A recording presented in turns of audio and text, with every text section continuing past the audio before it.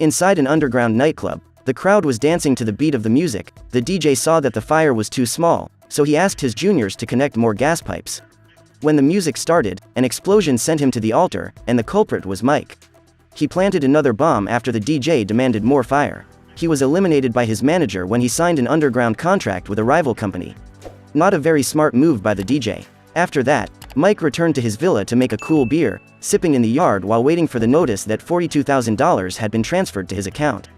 When he was entering the house, someone was already ambushing and punching Mike's face.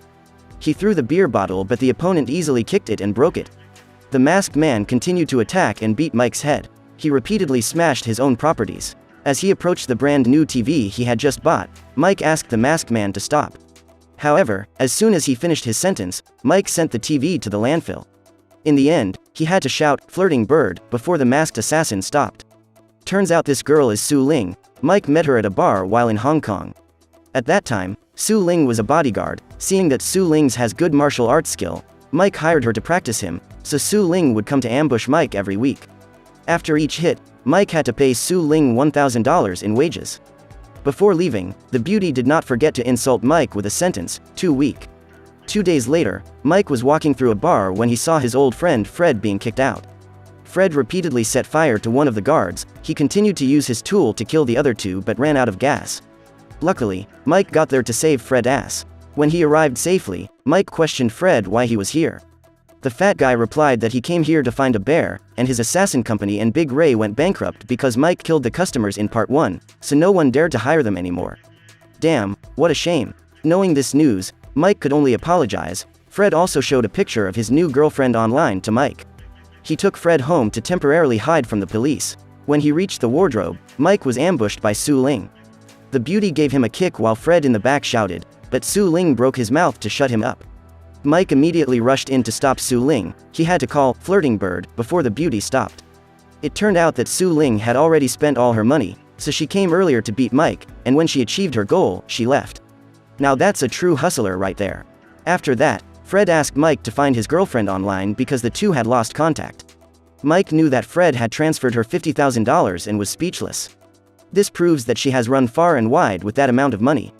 The next morning, Mike came to assassinate a hermit. When he opened the door to take care of the flowers.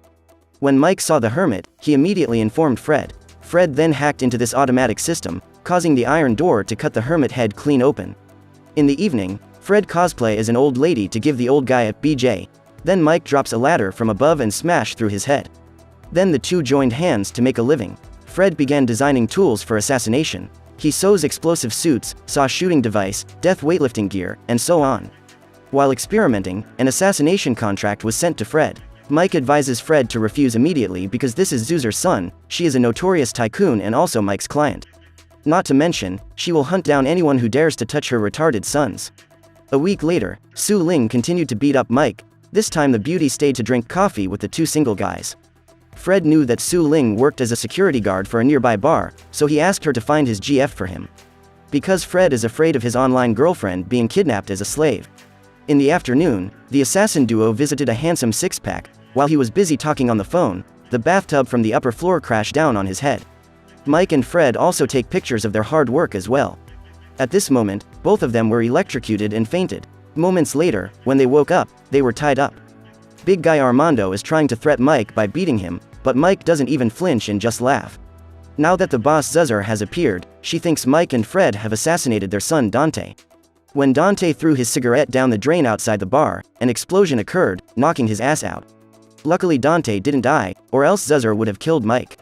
Knowing this was just a misunderstanding, Mike asked Zuzer to check the camera, because the day Dante was assassinated, he and Fred were flying on top of her bar. So Fred was taken hostage, and Mike was released on a nearby street.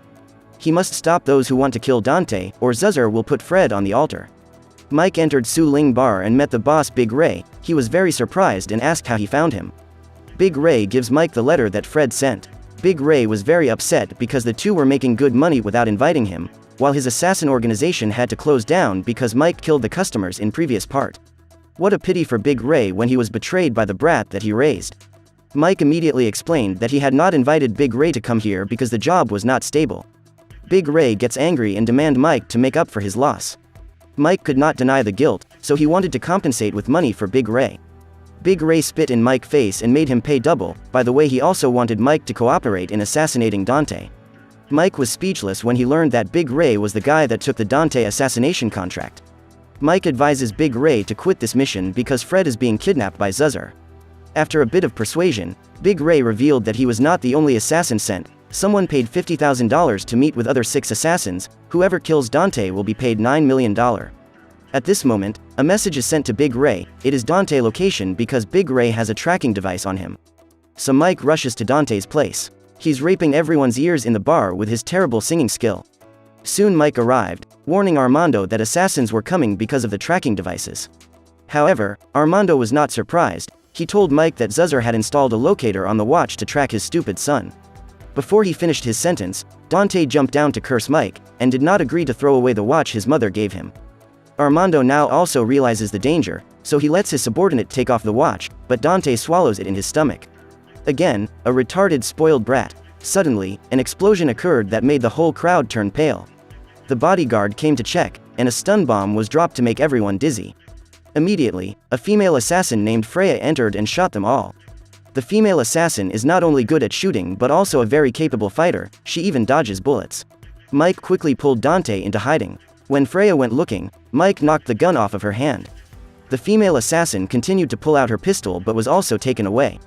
Then, the idiot Dante suddenly ran out, was also shot and almost killed by Freya.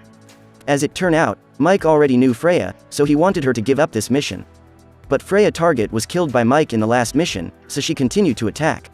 The female assassin continuously launched blows and rushed to Mike. But Mike is not an average assassin, so he avoids all critical hits. The assassin blew Freya away and took her gun. He didn't take action but just wanted her to leave. The assassin girl saw that Mike had thrown the gun. However, Freya refused to give up and continued to draw a knife to attack. Mike repeatedly dodged and took Freya's knife. The two fight to the kitchen. At this time, Freya pulled out another knife. At the same time, seeing Dante there, she rushed to kill the idiot but Mike stopped her. The female assassin continued to throw knives, but the idiot Dante was saved by plot armor. Mike pulled out a kitchen knife from the table for a serious duel with Freya. During the fierce fight, Mike was hit in the head by Dante with a frying pan. Freya took the opportunity to counterattack, knocking Mike unconscious, then quickly came to finish the idiot. When his throat was about to be cut, Mike stabbed Freya in the head from behind, saving the Dante another life. Again, plot armor at its finest.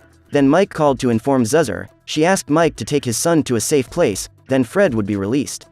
However, the stupid Dante still refused to listen to Mike, so Mike repeatedly slapped him in the mouth, and dragged him into a pharmacy and poured laxatives into his mouth, so he could poop out the watch. On the way back, Mike continued to be ambushed by Yendi. He pulled an axe to cut Dante but was saved by Mike. Mike had to block Yendi's way to let Dante run first, then he also set out to escape. Mike locks Dante in a nearby room so he can go all out on Yendi. He quickly ran to Mike and pulled out his axe to cut Mike, while Mike picked up the iron bar to defend. The two began to engage in a heated battle, Mike with his iron rod repeatedly hitting Yendi back. Yendi uses a hook axe to strip Mike of his iron rod, but Mike is also quickly able to take Yendi's axe. After a while of fighting, Mike successfully slashed Yendi's stomach. But because he was too stubborn, Mike cut him in the neck and sent him straight to meet his ancestor. Mike continues to bring Dante back to his secret base. He called to ask Su Ling to drive his motorbike here. At this time, Dante was still being annoying to Mike, so he punched him in the mouth. After a while, Su Ling arrived. Mike thought it was an assassin, and was about to attack when he was kicked in the ball by Su Ling. When she learned that this was the place where Mike practiced assassination, the beauty had the idea of being an assassin with him. However, Su Ling is a good friend, so Mike advises her not to think like that, because this is no road of return. While pulling the beauty away, Silas, a notorious assassin, continued to appear with the aim of killing Dante, but was hit in the head by the clown assassin Poco from behind. When he learned that Poco was a bad guy, Su Ling kicked him and broke his mouth. But this guy numbed his senses so he didn't feel any pain. He frantically picked up his mace and beat Mike away, while Su Ling had to deal with the Silas who had just woken up. Poco repeatedly swung his mace at Mike, causing him to dodge repeatedly. When Poco broke his club, Mike took the opportunity to punch him in the face. Poco was even more excited because he liked the feeling of pain. He repeatedly hit himself on the head to satisfy. On this side, Su Ling also has to fight with Silas. He is pretty good but are no match to Su Ling. And the idiot Dante woke up and started pooping the watch out. Over here, Mike is trying. Fred experimented on the clown, but it only amused the madman. Silas on the other side was strangling Su Ling, but she quickly smashed his head. The beauty used the chain to wrap his neck and kicked him straight in the head. After 1 minute of being strangled, the beauty sent Silas to the grave. Mike beat Poco to death with a dumbbell. He pulled Poco to the wall, then broke his arm. But this madman is only happy when he has a feeling. In the end, he had to kick the clown into Fred's weightlifting machine, then press the release button to break his neck, letting him die happy knowing what pain felt like. Mike immediately went to find Dante to make him leave, and Su Ling at the same time ran to tell the good news because she had killed someone for the first time. Just as the idiot raised his discarded watch, another assassin named Oyumi raised his sword to the side of his neck. Mike knows that in a difficult match, so he take out Fred's flame gun to threaten Oyumi, and challenge Oyumi to solo with him. If he wins, he can take Dante's life. Being teased by Mike, Oyumi elbowed Dante to faint in order to solo with Mike. He jumped down from upstairs like an anime character. Su Ling then rushed over, but was kicked and knocked unconscious. Mike also rushed to solo his martial arts with him and was beaten until he couldn't resist anymore. After so many attempts, Mike still couldn't strike back. Although not as good at fighting as Oyumi, but Mike's strength is extremely strong, he tries to buy a lot of time to predict the opponent's moves and immediately take advantage of his loopholes. Being beaten mercilessly, Oyumi result to being a pussy and use his sword. Little did he know, when he was about to finish off Mike, Daddy Big Ray comes in and shoot Oyumi away. Although Big Ray came to save Mike, he still want to fulfill his mission by killing Dante. After a while of begging his daddy, Big Ray agreed to spare Dante. Big Ray drove the two of them to Zuzer's place. Mike had him change into Fred's new clothes because of his poop smell. However, when they met, Mike learned that it was Zuzer who spent $9 million to finish his son.